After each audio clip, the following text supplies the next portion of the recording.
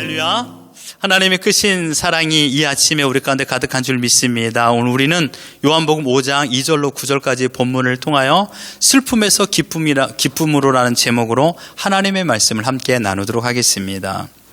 인생을 살아가는 모든 사람의 공통점은 바로 공통된 목적은 기쁘게 사는 것입니다. 기쁘게 사는 것이 우리 인생의 목적이죠.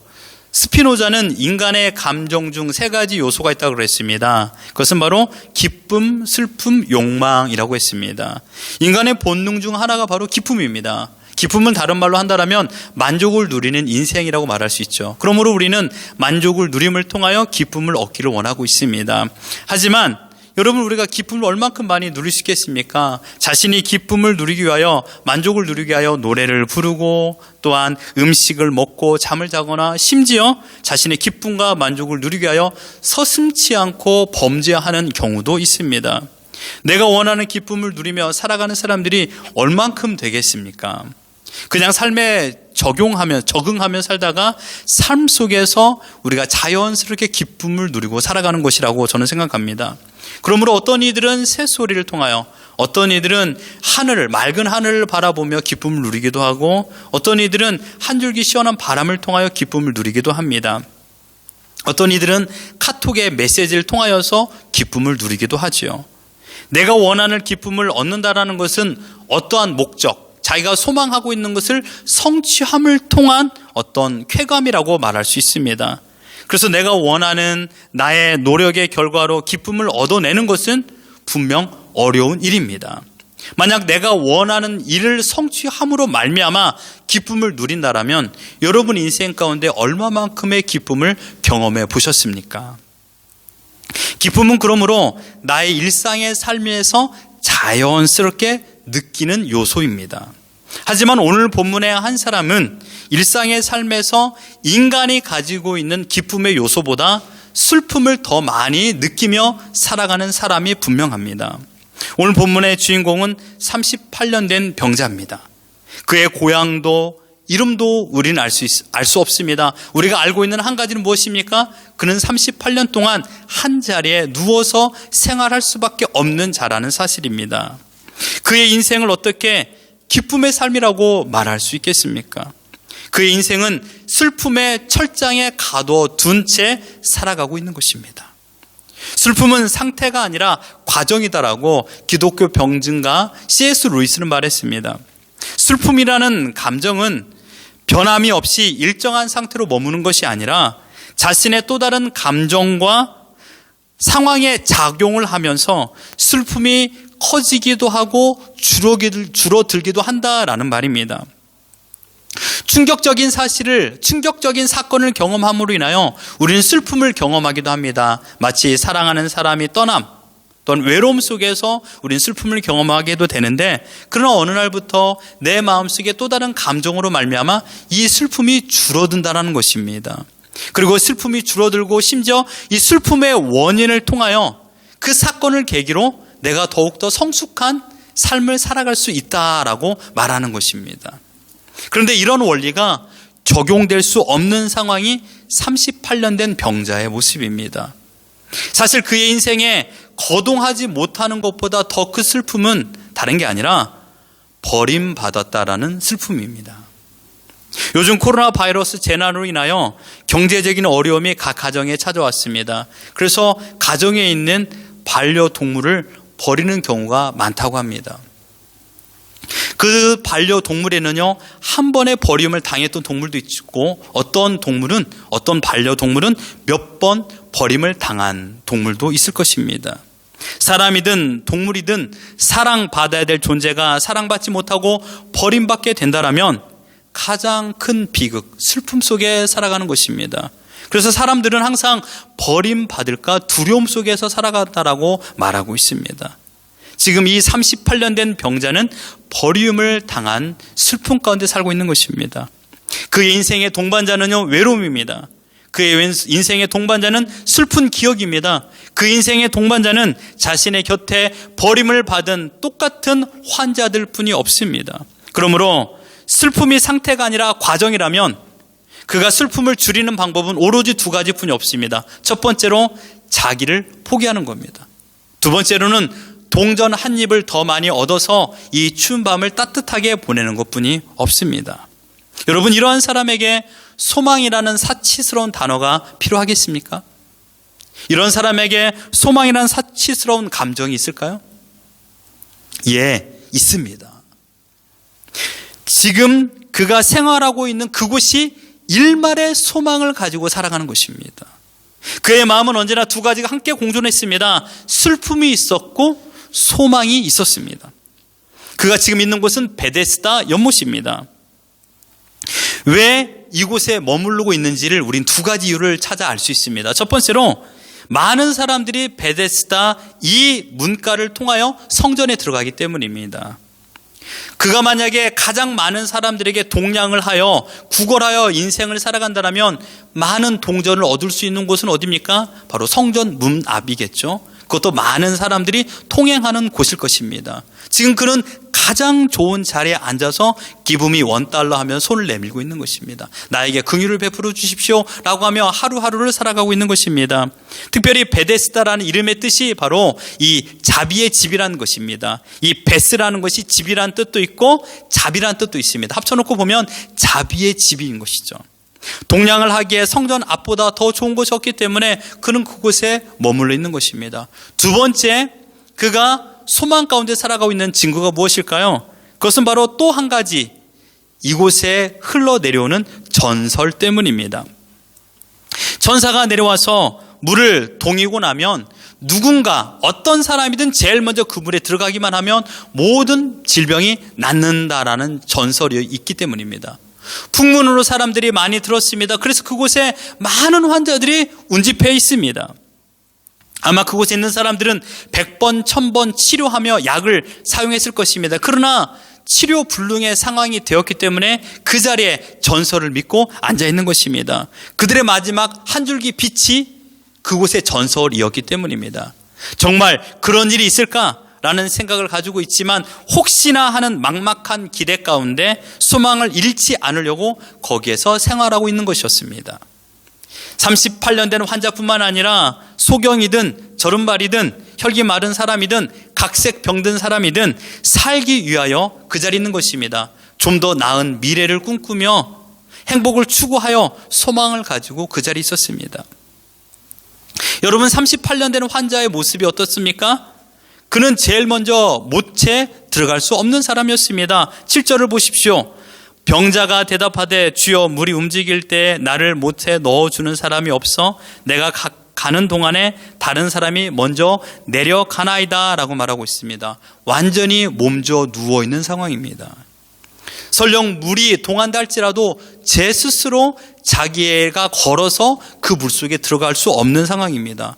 완전히 소망이 없는 처지에 그 모습이 있는 것이죠. 여러분, 이곳에 사랑이 있었을까요? 그 모여든 병자들 가운데 서로 배려하고 서로 위로하고 서로 용기를 북돋아 주며 다음에 물이 동하면 꼭 당신이 먼저 들어갈 거야 라고 격려해 주었을까요? 아닙니다. 그곳에 있는 사람들은 서로 경쟁하는 사람들입니다. 먼저 물에 들어가기 위하여 소경 앞에 큰 장애물을 갖다 놓았는지도 모를 것입니다. 어쨌든 베데스다 연못에 있는 사람들은 한 가지 소망, 즉 마지막 소망을 가지고 그곳에 있었습니다. 오직 물이 동하기를 기다리고 있었습니다. 그래서 그들은 잠도 제대로 자지 못했습니다. 왜냐하면 새벽에 물이 동할 수 있기 때문에, 아침에 물이 동할 수 있기 때문에, 점심에 물이 동할 수 있기 때문에 언제나 깨어서 사람들과도 대화를 할 수 없었습니다. 항상 긴장 가운데 그곳에 있었던 것입니다. 어쩌면 그들에게 있어서 한 줄기 소망이 그들의 삶을 더 얽매이게 만든지도 모릅니다. 한 줄기 소망이요. 자유를 누리지 못하고 헛된 소망으로 하루하루를 소비하고 있는지도 모릅니다. 또한 이들 가운데 정말 물이 동한다고 해서 그 물에 들어가 누군가 나았다란 이야기를 들었는지, 정말 그것이 사실인지 확인할 수 있는 길은 없었습니다. 38년 된 그 병자의 말에는 자신의 처지를 이야기했지 누군가 나았다라고는 말한 적이 없기 때문입니다. 설령 물이 동한다 할지라도 누가 제일 먼저 들어갈 수 있을까요? 나병 환자가 들어갈 수 있을까요? 아니면 소경이 제일 먼저 들어갈까요? 아니면 각색 병든 자가 들어갈까요? 아니면 혈기 마른 자가 들어갈 수 있습니까? 아니면 38년 된 이 병자가 먼저 들어갈 수 있겠습니까?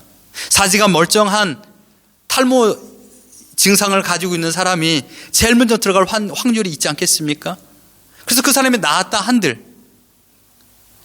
여러분, 어쩌면 이들은 소망을 소망하면서 하루하루를 살아가고 있는 것입니다.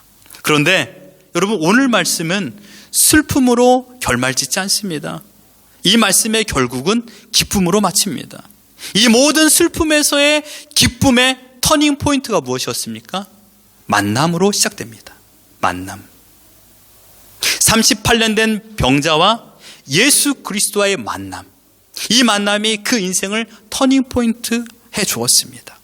슬픔이 기쁨으로 바꿀 수 있었던 유일한 방법은 바로 예수님과의 만남이었습니다. 예수님은 많은 사람들 가운데, 많은 사람이 운집한 그곳에 유독 그 한 사람만 지목하여서 찾아왔습니다. 왜 이 사람만 지목하며 찾아와서 그에게 이 질문을 하였을까요? 우린 이것을 성경에서 두 가지 이유로 발견할 수 있습니다. 첫 번째, 이 38년 된 환자는 창세전에 하나님께서 선택한 백성이었기 때문입니다.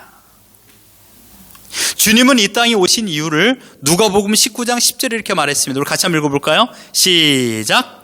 인자가 온 것은 잃어버린 자를 찾아 구원하려 함이니라. 이 사람은 하나님의 사람이었습니다. 그런데 그의 삶에 어렵고 힘듦으로 인하여 자신의 정체성을 잃은 채 살아가고 있었던 것입니다. 잃은 양이었던 것이죠. 또 한 가지 말씀, 요한복음 6장 39절에 이렇게 말하고 있습니다. 나를 보내신 이의 뜻은 내게 주신 자 중에 내게 하나도 잃어버리지 아니하고 마지막 날에 다시 살리는 이것이니라. 여러분, 사람은요, 사랑이 식으면 반려동물을 버립니다.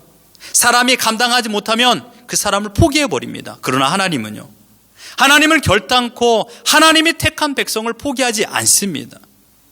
하나님은 하나님의 사람들을 끝없이 사랑합니다. 포기하지 않는 사랑을 가지고 있는 것입니다. 그래서 예수님을 이 땅에 보내셨고 하나님의 사람을 찾아 구원에 이르도록 인도하여 주셨습니다. 바로 38년 된 병자가 그런 사람이었습니다.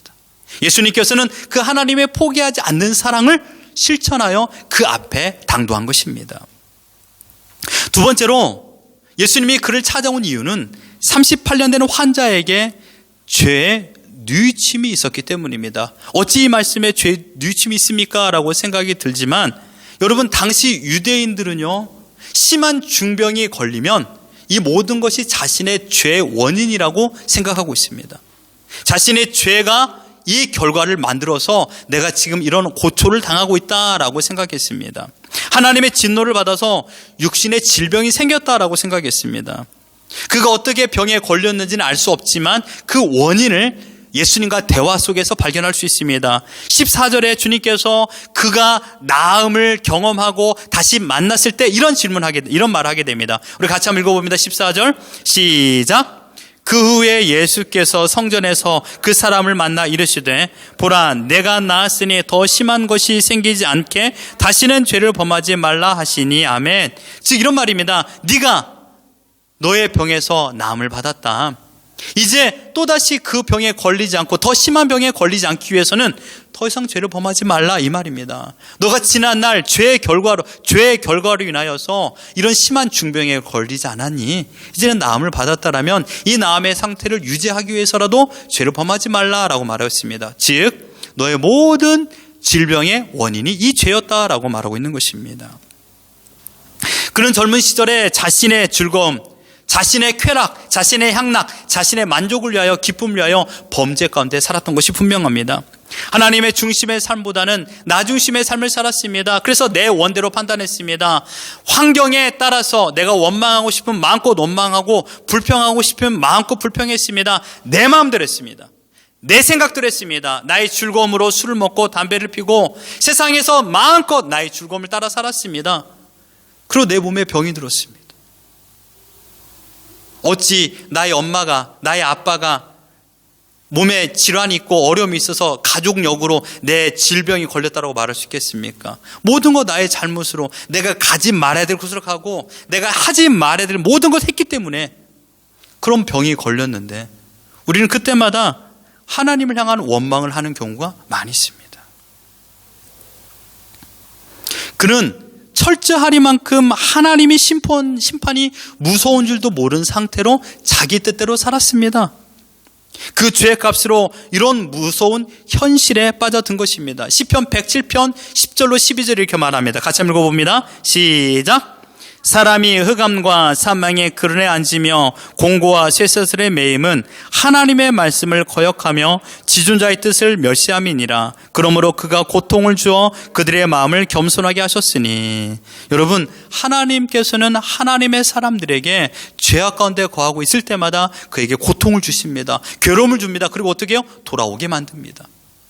아, 내가 지금 하나님 앞에 잘못하였구나를 느끼게 됩니다. 그게 바로 회개지요. 그런데 대부분의 사람들은요, 자신의 질병에 대하여 원망부터 합니다. 이 모든 것이 나의 죄의 결과가 아니고 나의 잘못된 선택이라고 생각하지 않고 부모를 잘못 만났다, 환경을 잘못 만났다, 나를 어렵게 만들었던 사람이 있다라고 생각하는 경우가 많이 있습니다. 심지어 육신의 고통이 더 심해지고 마음까지 병에 들어서 극단적인 선택을 하는 사람들도 있습니다. 그러나 38년 된 병자는 자신이 이러한 질병에 걸린 이유가 죄 때문인 것을 깨달았습니다. 그런 죄로 말미암은 자신의 결과에 하여 깊은 회개를 가지고 소망을 찾으며 이 자리에 있는 것입니다. 전설인지 모르지만 천사들이 이곳에 물을 동한다라는 것은, 천사가 누굽니까?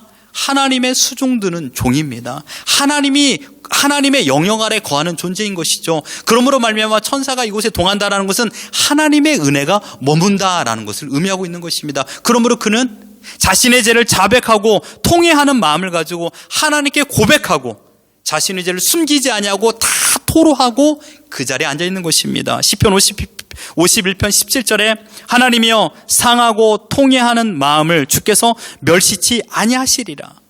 통회하는 마음을 가지고, 회개하는 마음을 가지고, 하나님 나를 불쌍히 여겨달라는 마음을 가지고 지금 이 베데스다 연못가에 있는 것입니다. 이때 예수님께서 그의 마음을 아시고 그에게 다가오셨습니다. 38년 된 환자는 한 낯선 유대인이 가까이 오는 것을 느꼈고 그에게 예전과 동일한 행동을 했습니다. Give me $1. 나에게 긍휼을 베풀어 주옵소서라고 말했습니다.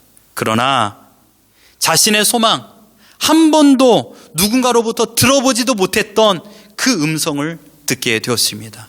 네가 낫기를 원하느냐? 오로지 삶의 기쁨이 구걸하는 구걸하여 동량을 얻어서 몇 푼의 그런 동전을 얻는 것이 인생의 가장 큰 기쁨이었는데, 이제 슬픔의 마침표를 찍고 기쁨의 삶을 살아갈 수 있는 희망의 메시지를 들은 것입니다.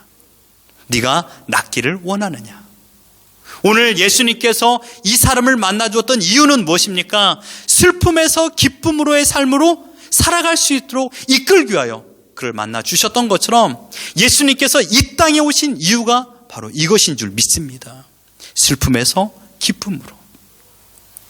절망과 슬픔의 지배를 받는 사람에게 소망과 기쁨을 주시기 위한 거룩한 메시지, 네가 낫기를 원하느냐? 이 놀라운 위대한 사랑을 보여주기 위하여, 하나님의 사랑을 보여주기 위하여 예수님께서 이 땅에 오신 줄 믿습니다.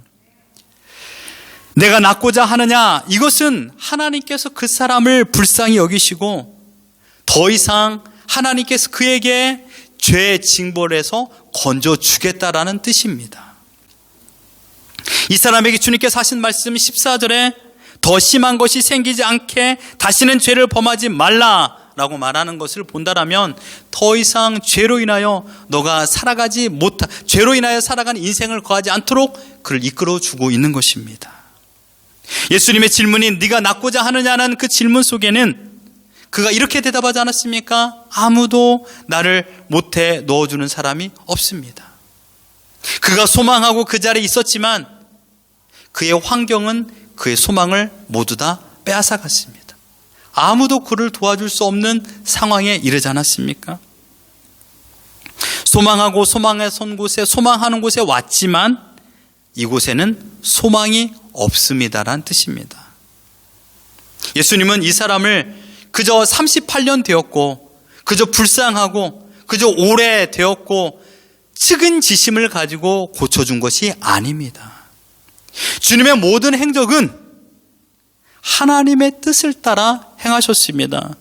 주님은 이 사건 이후에 예수님께서 그에게 가르침을 주었고 또 다른 사람을 가르쳤던 말씀을 보십시오. 요한복음 5장 30절을 같이 한번 읽어봅니다. 시작. 내가 아무것도 스스로 할 수 없노라. 듣는 대로 심판하노니 나는 나의 뜻대로 하려 하지 않고 나를 보내신 이의 뜻대로 하려 함으로 내 심판은 의로우니라. 아멘. 주님은 철저하게 하나님의 법칙에 따라 행하셨습니다. 그렇다면 이 놀라운 사죄 은총을 베풀기 위하여서 어떤 법칙이 필요할까요? 그것은 바로 이 38년 된 병자의 죄를 사하기 위하여서 자신이 죽어야 된다는 것입니다. 자신이 죽어야만이 이 사람이 죄에서 자유함을 받고 슬픔에서 기쁨의 삶을 살아갈 수 있는 것입니다. 예수님께서는 이 원칙을 이루기 위하여, 하나님께서 정하신 뜻을 이루기 위하여 십자가에 달려 죽으심으로 말미암아 우리의 모든 죄를 흰눈보다 더 희게 하여 주신 줄 믿습니다. 그러므로 예수님께서 이 사람의 죄를 용서하실 때는 이 사람의 죄값을 대신 치름으로 말미암아, 십자가에 달려 죽음으로 말미암아 그 모든 것을 갚아 주었던 것입니다. 마침내 8절에 일어나 내 자리를 들고 가라 라는 이 말씀은 내가 너의 모든 죄를 사하여 주었으니 하나님의 징계가 더 이상 너에게 없다라는 하나님의 신적 선언입니다. 이 말씀은요, 너에게 죄를 사하는 은혜를 베품으로 인하여 너는 더 이상 하나님의 징벌을 받을 필요가 없다라는 것입니다. 이제 말씀을 다 드렸습니다. 주님은 베데스다에 잃어버린 하나님의 백성을 찾아오셨습니다. 아무도 관심이 없었던 38년 동안 한자리에 머물러 있으며 외로움 속에서 그의 몰골과 그는 악취가 가득한 모습이었습니다. 자신이 선택받은 하나님의 백성인 것을 잊은 채 세상에 헛되고 헛된 것을 바라보며 살아갔고 끝내 소망도 없이 죽어가는 나를 기대하며 살아가고 있었던 그 인생 가운데 주님은 찾아오셨습니다. 38년 동안 슬픔과 고통으로 살아왔던 그를 예수님께서 만나 주셨습니다. 21세기를 살아가는, 현 시대를 살아가는 38년 된 병자는 과연 누구일까요? 바로 나입니다. 바로 나 자신입니다.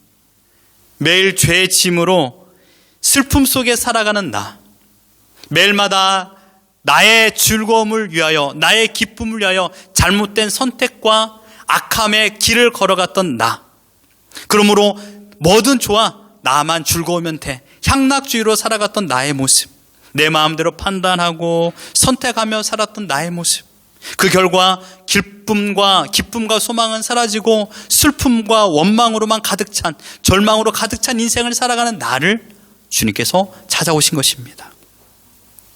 잘못된 생각과 선택, 삶의 태도는 가정을 공경에 처하게 했습니다. 원망과 불평으로 가득 찬 인생을 만들어냈습니다.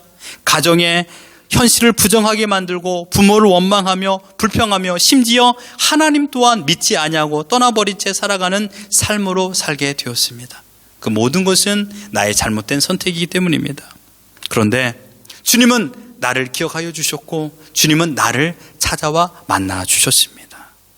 주님은 우리 자신에게 다가와 나음과 구원의 은혜를 베풀어 주셨습니다. 예수님은 슬픔 속에 살아가는 자를 찾아와 구원의 기쁨을 베푸시는 분인 줄 믿습니다. 이 땅에서 예수님께서 우리에게 주었던 이 사랑, 슬픔에서의 기쁨으로 회복, 이 놀라운 위대한 사랑을 우리에게 십자가를 통하여 허락하여 주셨습니다. 십자가에 달려 죽으심으로 말미암아 우리를 살려내셨습니다. 슬픔에서 기쁨의 삶을 살아가도록 우리를 인도하여 주셨습니다. 사랑하는 성도 여러분, 우리는 주님을 만남을 통하여 지난날 내가 예수 그리스도를 나의 구주로 영접하고 하나님의 뜻을 따라 살아가겠노라고 다짐하고 이 자리에 와 있습니다. 이 놀라운 은혜를 경험했음에도 불구하고 또다시 지난 날을 생각하며 헛되고 헛된 꿈과 야망을 가지고 다시금 그곳을 찾아가는, 다시금 나의 겉옷을 들고 이불을 들고 베데스다 연못가로 가서 썩어 빠진 그런 소망을 가지고 살아가고 있는 내 모습은 아닙니까? 하나님이 주신 구원과 감격은 잊어버린 채 옛 모습을 사랑하며 옛 부귀 영화를 꿈꾸며 친구들이 너무나도 즐겁고 행복하게 살아가는 모습을 보면서 나도 그 모습을 동경하며 성공과 출세를 꿈꾸며 오늘을 살아가고 있는 나의 모습은 아닙니까? 로마서 8장 5절에 이렇게 말했습니다. 같이 한번 읽어봅니다. 시작. 육신을 따르는 자는 육신의 일을, 영을 따르는 자는 영의 일을 생각하나니. 여러분, 우리가 누굽니까? 우리는 버림받은 존재가 아닙니다. 우리는 육신을 따라 살아가는 존재가 아니요, 바로 영을 따라가는 사람으로 불러주신 하나님의 백성인 줄 믿습니다. 지금 여러분을 이끌어가는 것이 썩은 소망입니까? 세상이 주는 기쁨을 다시금 또 맛보기 위하여 그 길을 찾아가고 있습니까? 아니면 하나님이 주신 기쁨을 누리며 살아가고 있습니까? 주님을 나의 구주로 모시고 살아가고 있다라면 우리는 지금 슬픔이 아닌 기쁨의 인생을 살아갈 수 있도록 이끌어 주셨습니다. 죄에서 자유함을 누릴 수 있는 구원의 백성으로 불러주셨습니다. 그러므로 우리가 다시는 범죄하지 않고 주님의 뜻을 따라 살아갈 수 있는 방법은 무엇이겠습니까? 그것은 다른 게 아닙니다. 주님께서 우리를 사랑하는 것처럼 우리도 주님을 사랑하는 것입니다. 주님을 사랑할 때 비로소 우리는 죄를 범하지 아니하고 하나님의 말씀을 지키며 살아갈 수 있습니다. 율법의 대강령이 무엇입니까? 하나님 사랑, 이웃 사랑입니다. 하나님을 사랑하고 그 사랑을 가지고 우리 이웃을 사랑하는 것입니다. 하나님을 사랑하는 마음을 가지고 우리 가정을 사랑하는 것입니다. 왜 우리 가정을 사랑하지 못할까요? 그 이유는 하나님을 사랑하지 않기 때문입니다. 하나님과 상관없는 삶을 살다 보니, 내 마음대로 살다 보니까 자연스럽게 가정도 사랑하지 못하는 것입니다. 그러나 하나님을 사랑하면 사랑할수록 가정을 사랑하게 됩니다. 하나님을 사랑하면 사랑할수록 가정을 사랑하게 되니 그 가정에 슬픔이 끝나고 기쁨이 이어지게 되고 괴로움이 끝나고 평안이 이어지게 되는 것입니다. 여러분, 오직 주님만을 사랑하십시오. 그 사랑으로 여러분에게 허락하여 주신 환경, 여러분에게 허락하여 주신 현실을 사랑하십시오. 나에게 허락한 모든 것들을 사랑하십시오. 하나님의 사랑으로 말미암아. 그러므로 말미암아 그것이 하나님을 찬양하고 하나님께 영광 올리는 삶인 줄 믿습니다. 슬픔에서 기쁨으로 변화될 수 있는 위대한 만남을 주셨고 그 위대한 사랑을 이루기 위하여 예수님께 십자가에 달려 죽으심으로 말미암아 하나님의 사랑을 완성하셨습니다. 이러한 믿음을 가지고 살아갈 때 우리 가정은 더 이상 절망과 미움의 삶이 아니라 화평과 감격의 삶을 살아갈 줄 믿습니다. 구원의 감격을 주신 하나님을 기억하십시오. 슬픔에서 기쁨으로 살아갈 수 있도록 우리를 불러주셨습니다. 이 놀라운 은혜를 끝까지 지킬 수 있는 방법은 단 하나, 바로 하나님을 사랑하며 살아가는 것입니다. 이런 은혜 가운데 매일마다 회복과 감격을 경험하는 우리 모두가 되기를 예수 그리스도 이름으로 축원합니다.